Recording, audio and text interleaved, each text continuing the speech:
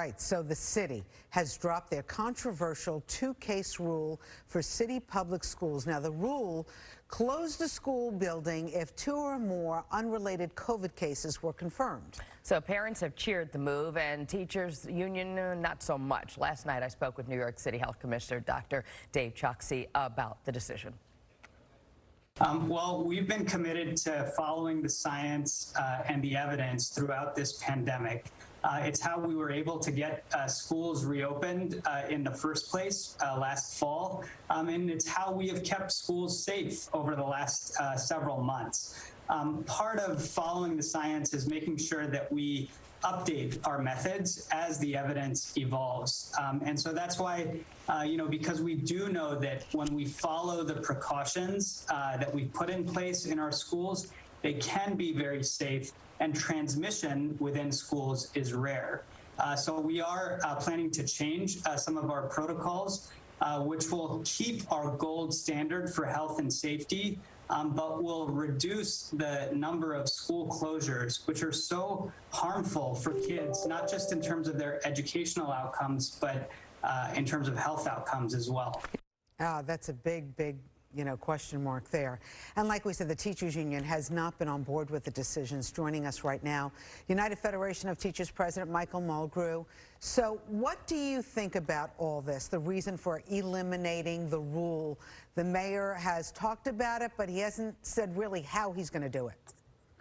Our only concern throughout this entire process, and what I've said publicly over and over again, is we need a plan, okay? I just heard from Dr. Choksi, who had nothing with the plan that was put together last September.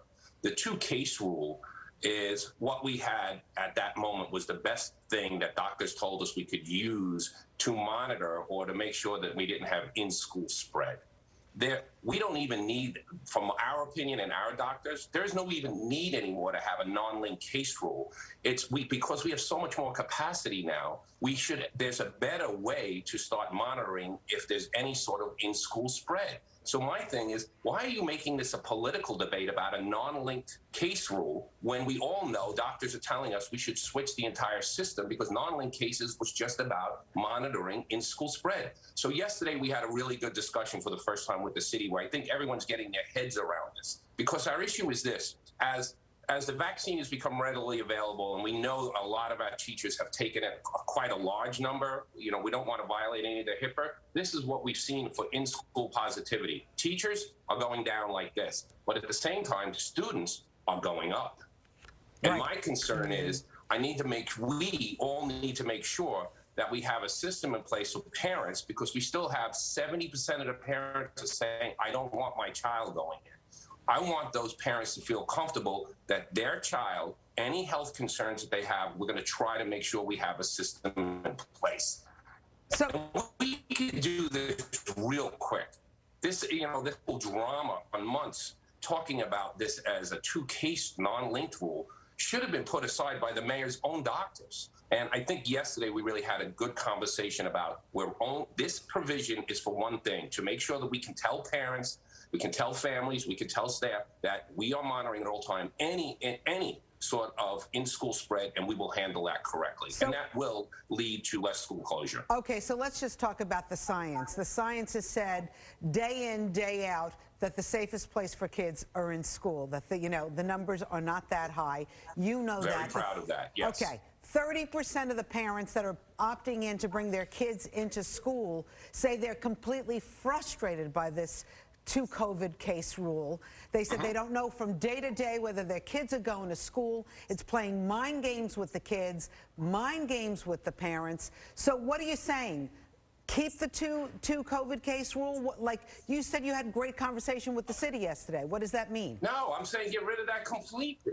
Okay. No, Rosanna, the whole thing, we have a very intricate safety plan that puts in place. That two-case rule is there for one reason only. That's the only thing we had at that time where doctors said, if you have 2 non-linked cases, you have to close the school because we can't ensure that the school isn't becoming a spreader event itself. But now with all the contact tracing and testing we have, we should be able to monitor each school individually, and it shouldn't be willy-nilly based off of we can't figure out where 2 cases inside of a school, we can't figure out where that virus originated from, how that person got the virus. We should be able to now say, does a school actually have a virus being transmitted inside of it?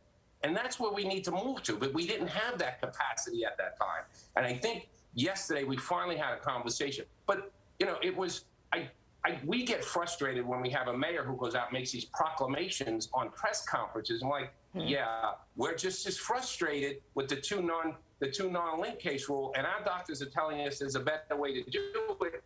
And you want to make it about this number of 2, 3, or 4 when it should be about we should put in a better system right now. So, Michael, and that's what we want to do, and I think we can do it quickly. Michael, you do have some UFT members, though, that are siding with parents that have been complaining about the 2-case rule, that do want to see it go away, correct? Absolutely. Okay. Absolutely. Where the teachers are just as frustrated. The main piece we have in terms of school right now is if you get a positive case, no matter who it is inside of a classroom, that classroom has to be isolated. There's no debate on that, right? Nobody's debating that.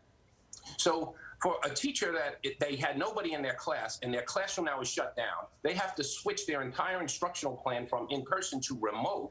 This is an immense amount of work. This is why we're so frustrated with this conversation, because we said we just need a different system. It's not about going to 2, 3, and 4 non-link cases. We need to look at if it's actually being spread in the school. And with our testing capacity and our contact tracing, we now are in a position to do that. So let's just move to a better system that leads to less schools being closed and giving more assurances to those parents. Because in the end, I want 100% if we can get them back. If everything is in place, I want all parents to feel comfortable to sending their child back to school, because right now that 70% not coming in, you know, and the majority of the reason they're telling us is they still have healthcare concerns for their child or for their family. And I want to be able to tell them we're the safest place for your child to be. And we're going to do everything to make sure that we possibly can do at this point, that when you send your child to our school, we're doing everything correctly. And that will absolutely, part of that has to be we have less school closures. So we need to get you back, Michael. We want to go. Michael. We want our kids back. We need to get you back so we can talk about something positive like the state budget being approved, because you are going to benefit from it. The children will benefit from it. Children of the city will benefit greatly from this budget, yes. All right. Michael Mulgrew, president of the UFT, thank you for being with us this morning. Have a good day, everyone. You too.